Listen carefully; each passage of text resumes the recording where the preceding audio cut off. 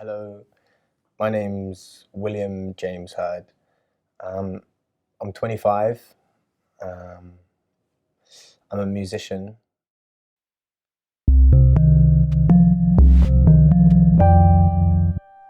It all started with me when I was about 6. I started something called Kadai, which was a Russian technique to do with understanding music and sound and rhythms. And basically, we went into this room, and this woman gave us a big, giant ball, a massive, like, sort of squidgy ball that we'd bounce to some music that she'd play on her radio. And you'd find that you'd bounce it in time, and as it went out of time, more and more, it would still kind of work. You'd still feel a groove. So I think that's what got me into, like, feeling time like that. And then I started gigging furiously, just pubs, busking, just singing. And one day this girl said, "I'd like to introduce you to a friend of mine." And I said, "I don't want to go anywhere near the industry." My sister wrote an album and recorded it with some musicians, and it didn't sound like her, and basically had quite a bad experience with labels, and it put me off going into the industry because I saw it all happen in front of my eyes. But yeah, basically, she said he works with Amy Winehouse, and I really love Amy Winehouse because when I first saw her play on Jonathan Ross singing with her guitar, I could relate to it. I felt connected. I felt like, someone understands, someone's amongst all this bullshit, And I thought, oh yeah, I'm gonna try that. I'm gonna write some jazz and stuff like that. Anyway, I met Javon, my manager, and through Oriel, because I said, "Oh, you know someone who's touched Amy Winehouse? That's cool. Let's have a meeting." And we just hit it off straight away. Very, very special guy, and I thank him for guiding me through the industry, because I'm like the sort of person that I know what feels good. So what's the point in doing something if it's not going to make you feel like good? So that was my issue. Is like I'd go to sessions and I'd be writing something and it would be like too funky or like jazzy or like too much gospel, and it wasn't what's in the charts. Yeah, so I was like having issues trying to convince people like this is what I want to do, sort of standing my ground. But he basically taught me like you have to work with people, really. Like it's not.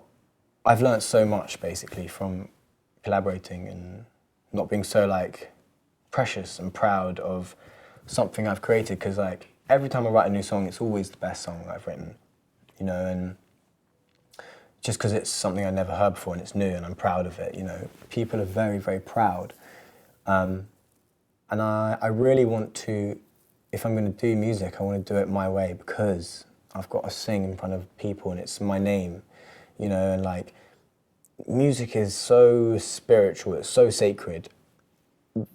Vibrations like can change everything, literally everything.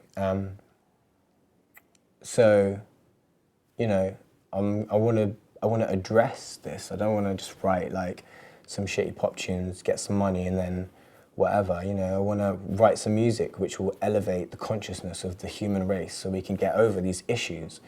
And I believe these issues are just like being afraid to talk about stuff on your mind, because as soon as you start talking about it, it's really not that big a deal, and no one actually cares that much. Like, you think like it's the end of the world, but it's not. But that's just my own like personal thing, I'm. When you see like what's going on in the world, it's overwhelming, and all I feel I can do, because sometimes I feel very helpless, is just spread love wherever I go, and like I can go to the shops, you know, and chat to the people in the shops there about life, and we can both leave like in an elevated state. It's that easy, like, and it's like it's contagious as well, you know. And I think it's a responsibility for people who have a choice and opportunity to choose, you know, to vibrate in a positive and happy way. When I arrived in Argentina, like, it was very much more city orientated, and I felt like at home because it reminded me of London a bit. And I started to play my songs to all these people in the hostel. I remember this one guy I was sharing a room with. I can't remember his name. He was amazing, Peruvian monk he was, and he wore this bald. He might have had a bit of hair at the back. No, I think it was bald. But yeah, he had this veil, and my feet stank. They still do. I'm a very smelly person. And he was like, "Will, like, what are you doing about your feet?" And I was like, "I don't know, just whatever, really. Don't really think about it that much." And anyway, that's how we started to get to know each other. He was always burning incense, you know, at the end of my bed and stuff like that. And he said to me, "Do you believe in God?" And I said to him, "What is God?" And because I believe that that word is like, I've always had a bit of an issue with it. Like, I don't like the idea of a man ruling everything, first of all. And he just said to me, like, the most beautiful thing. He sat me down, he said, everything is one, and everything is an expression of this oneness, it's this consciousness. We're all part of it, and that is God. Everything is God. We are like, you know, we are all part of each other, basically. Like, I won't talk to anyone differently. I won't treat anyone differently, you know, even myself. I went to gay pride. I heard these these sounds in the distance. I took my camera, I followed it, and I ended up in gay pride.